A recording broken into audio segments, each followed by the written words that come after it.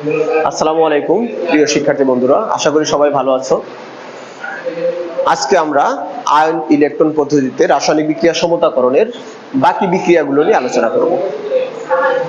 আমরা এখানে অনেকগুলো গুরুত্বপূর্ণ বিক্রিয়া দেখেছি। তার মধ্যে আমরা যদি দেখি পটাশিয়াম পারম্যাঙ্গানেটের সাথে ফেরাস সালফেটের বিক্রিয়াটি আয়ন ইলেকট্রন পদ্ধতিতে রাসায়নিক বিক্রিয়া সমতাকরণ করে আজকে আমরা তোমাদেরকে দেখাবো। আমি এখানে বিক্রিয়াগুলো ধারাবাহিকভাবে আলোচনা করব।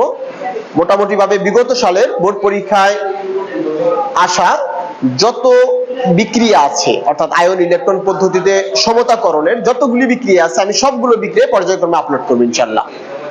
আজকে আমরা দেখি KMnO4 FeSO4 এর আয়ন ইলেকট্রন পদ্ধতিতে রাসায়নিক বিক্রিয়াটি সমতাকরণ।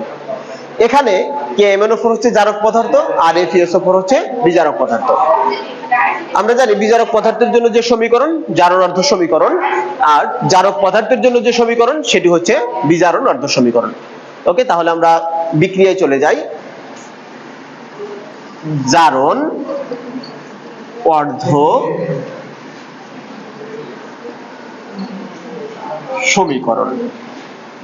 এখানে আমরা যদি খেয়াল করি SO4 2- একটি যৌগমূলক, অর্থাৎ Fe2+। আমরা জানি Fe2+ আরো একটি ইলেকট্রন ত্যাগ করে Fe3+ আয়নে পরিণত হয়। অপরদিকে বিজারণ অর্ধ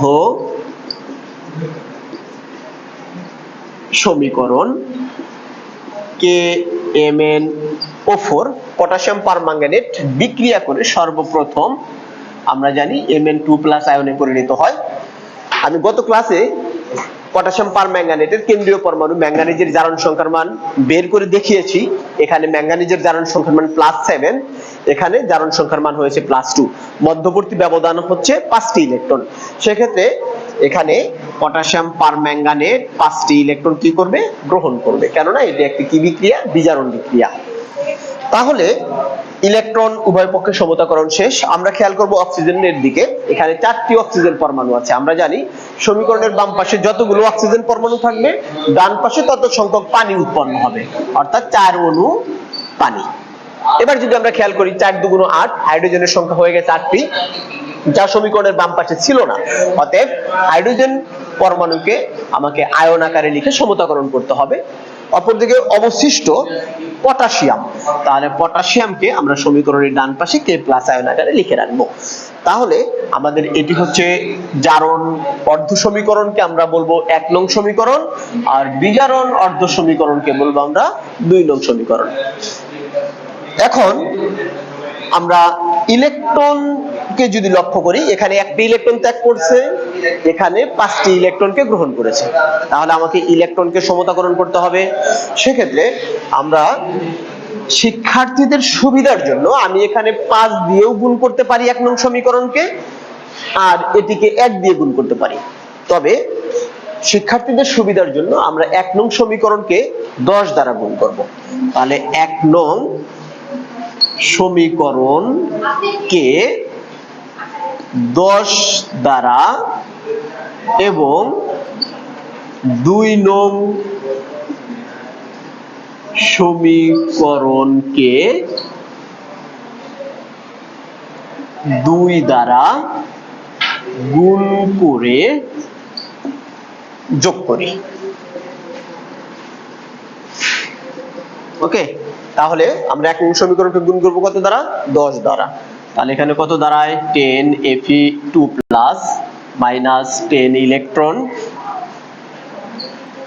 10 Fe3+, এখানে 2 দ্বারা 2 KMnO4 plus 5 × 2 = 10 electron plus 8 × 2 = 16 H plus 2 Mn2+ plus 4 × 2 = 8 H2O plus 2K plus. এবার সমীকরণ দ্বয়কে আমরা যোগ করব। তাহলে 10 Fe2+ plus 2 KMnO4 electron electron কাটা plus 16H plus 10 Fe3 plus 2Mn2 plus 8H2O plus 2K plus. এটি হচ্ছে আমাদের যোগকৃত বিক্রিয়া। এখানে যদি আমি লক্ষ্য করি, এখানে Fe2 প্লাস, এখানে 16H প্লাস, এখানে 10Fe3 প্লাস, এখানে Mn2 প্লাস, এখানে K প্লাস। আমাদের এই আয়নগুলোকে রিমুভ করতে হবে। এই আয়নগুলোকে রিমুভ করতে হলে আমাকে অবশ্যই এখানে বিক্রিয়ায় প্রয়োজনীয় দর্শক আয়ন যোগ করতে হবে। তাহলে আমরা মোটামুটি ভাবে বিক্রিয়াটি শেষ পর্যায়ে পৌঁছে গেছি। শুধুমাত্র আমরা এখন বিক্রিয়ায় দর্শক আয়ন যোগ করব। তাহলে আমি এখন লিখব প্রয়োজনীয় দর্শক আয়ন SO4 2- যোগ করে পাই। ওকে, আমরা যদি এখানে খেয়াল করি প্রয়োজনীয় দর্শক আয়ন SO4 2-, আমাকে খুব ভালোভাবে খেয়াল করতে হবে। SO4 হচ্ছে একটি যৌগমূলক। এখানে SO4 2- অর্থাৎ এর জারণ সংখ্যার মান -2। অবশ্যই এর পাশে যে বসবে তার জারণ সংখ্যার মান +2 হতে হবে।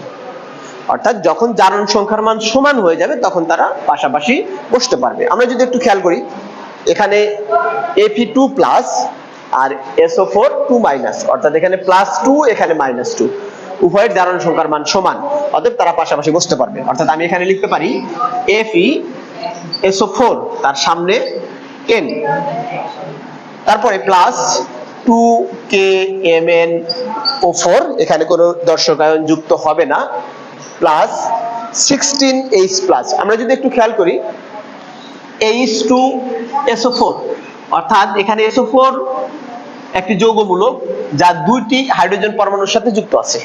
তাহলে আমাকে খেয়াল করতে হবে একটি SO4 এর জন্য হাইড্রোজেন পরমাণু প্রয়োজন হয় দুটি। তাহলে আমি এখানে খেয়াল করব হাইড্রোজেন 16টি আছে, তাহলে 16টি হাইড্রোজেন পরমাণুর জন্য আমি কয়টি SO4 ব্যবহার করব?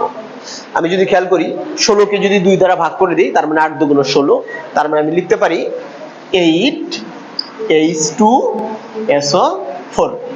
পরবর্তীতে এখানে শিক্ষার্থী বন্ধুরা এখানে একটা বিষয় খুব মনোযোগ সহকারে লক্ষ্য করবে তোমরা। এখানে Fe+3 কিন্তু SO4 আমরা জানি 2-, তাহলে তারা পাশাপাশি কিভাবে বসবে?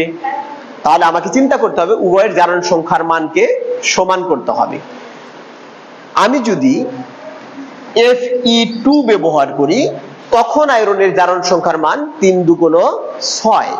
তাহলে এবার আমি কয়টি সালফেট আয়নকে ব্যবহার করব? আমাকে খেয়াল করতে হবে SO4 একটি সালফেট আয়নের জারণ সংখ্যার মান -2, তাহলে এখানে কিন্তু আয়রনের জারণ সংখ্যার মান হয়ে গেছে +6।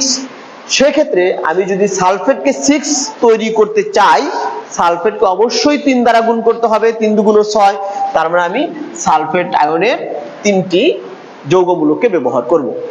এবার আমাকে খেয়াল করতে হবে Fe, অর্থাৎ আয়রনের কয়টি ছিল? এখানে 10টি পরমাণু ছিল, তার মানে আমি এখানে লিখতে পারি 5Fe2SO4 3 প্লাস Mn2 প্লাস।